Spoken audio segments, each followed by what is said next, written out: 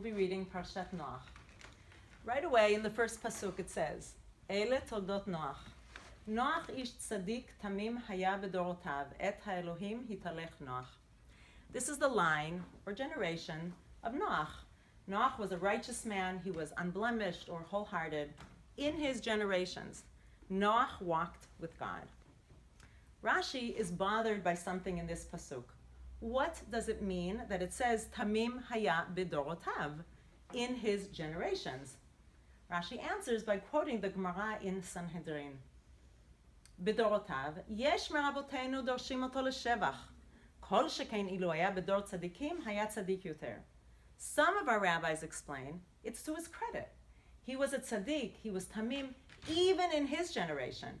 Had he lived in a generation of righteous people, he would have been even more righteous. V'yesh shedorshim oto lignai. Lefi doro haya tzaddik. Ve'ilo haya bedoro shel Avraham, lo haya nechshav leklum. Others, however, explain it is to his discredit.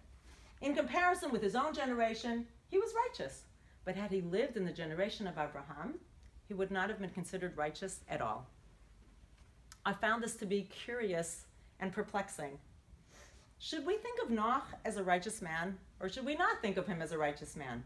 Should we be comparing him to the people of his generation, or to the generation of Abraham? We so often judge people by comparing them to others. We measure their worth according to societal standards and norms.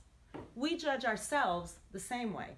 Sometimes it helps us feel good about ourselves, but other times it makes us feel that we do not measure up, creating feelings of worthlessness and even shame. Perhaps this is what we can learn from this Gemara.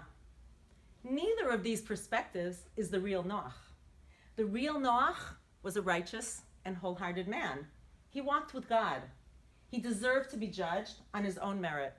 Because when we compare one person with another, it will always be just that, a comparison relative to somebody else. The Torah tells us that Noach was stuck bedorotav, and therefore will always be compared to others, whether positively or negatively. There is a timelessness to righteousness that is not about being compared to others, but just about yourselves.